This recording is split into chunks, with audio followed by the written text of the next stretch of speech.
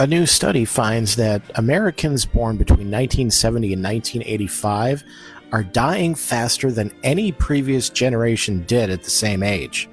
A man is training 6 days a week at 89 to summit Mount Kilimanjaro on his 90th birthday, and a detective was arrested, charged with a felony, and fired after allegedly pointing his service weapon at a coworker who microwaved fish in the break room. While everyone was busy arguing about politics, a bunch of other things happened. I'm Keith Conrad, and this is News Side Quest. A new study published in the Proceedings of the National Academy of Sciences by a team at Tufts University has been making the rounds since March, and I want to give it the full attention it deserves because the findings are specific enough to be actionable rather than just alarming. For most of American history, each successive generation has lived longer than the one before it. Better medicine, better sanitation, less smoking, improved treatment of heart disease. The trend was consistent and reliable. The baby boomers born between 1950 and 1959 represent what Tufts University researchers call a transition cohort. Before them, each generation improved on the last. That group began reversing the trend, and the generations that followed haven't recovered. For people born from 1970 to 1985, basically late Gen Xers and what some people call Elder Millennials, including me, although I'm not sure how I feel about being called an Elder Millennial, the news is concerning. These cohorts are dying at higher rates than their predecessors did at the same age, across all-cause mortality, cardiovascular disease, cancer, with colon cancer especially prominent, and external causes including overdoses, accidents, homicides, and suicide. The lead researcher said that what makes this specifically worrying is the age range involved. She said the increase in deaths among those born from 1970 to 1985 is cause for concern because cancer and cardiovascular disease tend to be relatively rare in individuals who are in their 30s and 40s. So if these cohorts are showing worse mortality rates already, what's going to happen when they're in their 60s if nothing gets turned around? She called the colon cancer trend in particular genuinely alarming. The researchers point to overlapping systemic causes. Rising economic and social inequality may be fundamentally affecting U.S. life expectancy. The increase in colon cancer deaths is linked to growing obesity and unhealthy diets. The external causes pattern reflects the deaths of despair, overdoses, suicides that have been climbing for at least 2 decades. Basically, at this point, we've got no money, no houses, and now we're dying sooner. That's the dark summary. The more useful summary is that the causes driving this are largely modifiable: diet, activity, substance use, access to screening, and the colon cancer finding specifically connects to something we've been covering all month and even before. Early screening saves lives, and the pandemic disrupted exactly the kind of routine monitoring that catches it.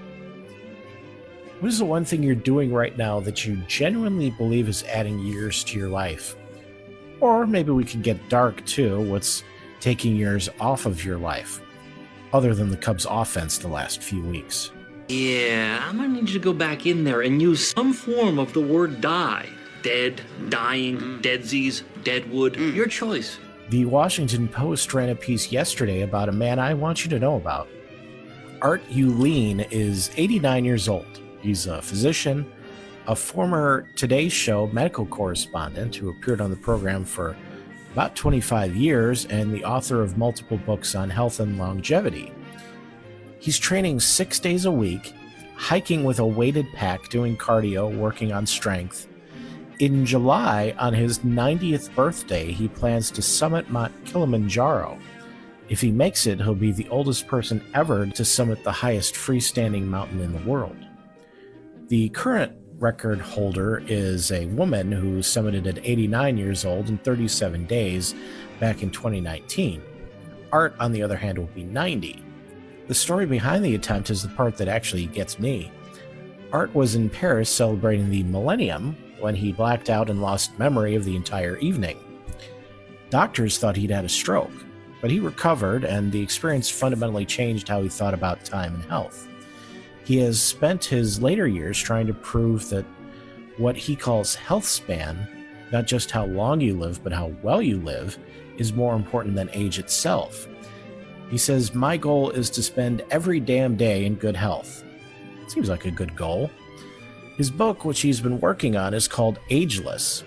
He doesn't mean that in the marketing sense. He means it as a literal proposition, that the body's capabilities are less determined by the number of years it's been running and more about what you do with it, how you move it, feed it, push it, rest it, challenge it. I'm not sure I could do this now, and I'm not even half his age. But I also want to say what the story's actually about, which is the same thing we've been talking about all month in a dozen different ways. The 91-year-old gamer trying to beat her best record, the 72-year-old woman who's graduating medical school, the man spending days finding the owner of $30,000 because he was raised a certain way and that's who he is. Art training 6 days a week at 89 because he decided his goal was to spend every day in good health, and he's following through. What's the most physically ambitious thing you've ever done, and is there something on your list you keep meaning to try? Time might be running out. Don't act like you're not impressed.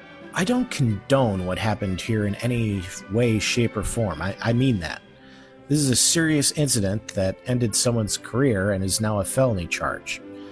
With that said, I also understand it. Michael Diabasi is a 46-year-old detective with the Myrtle Beach Police Department in South Carolina.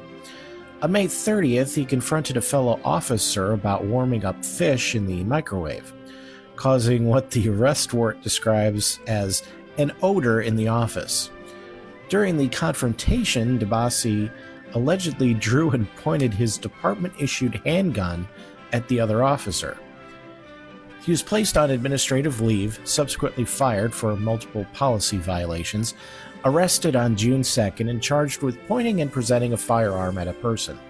It's a felony under South Carolina law, carrying a potential sentence of up to 5 years. He was released on a $5,000 bond. His next court date is in August. Now, I want to be precise about what I mean when I say I understand this, because I don't mean the firearm, I mean the fish. The office microwave is one of those great unresolved grievances of modern professional life. It's a small, persistent daily violation of the shared space that all of us who have worked in offices have experienced. The smell is aggressive, it lingers, it follows you, it just won't go away. It's ended friendships, it has been the subject of passive-aggressive notes, HR conversations, and at least one strongly worded email chain at virtually every office in America. What this guy did was catastrophically disproportionate. What the fish microwaving officer did was also impolite, to say the least.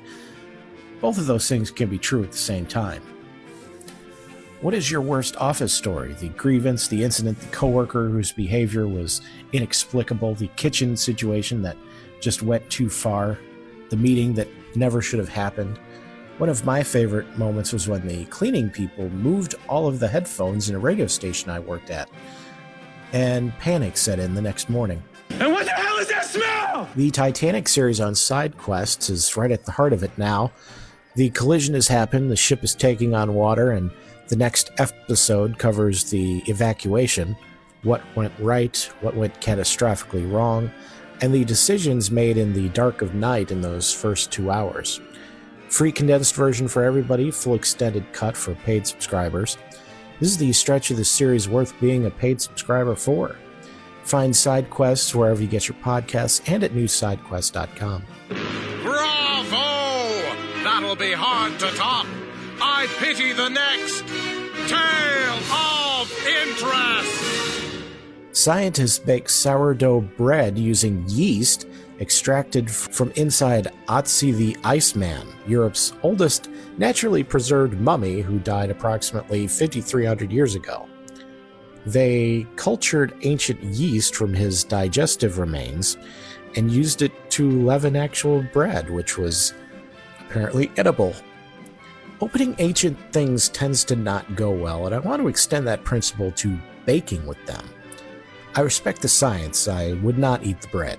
Just threw up in my mouth a little bit. The world's largest blanket fort has been constructed in Las Vegas, setting a Guinness World Record.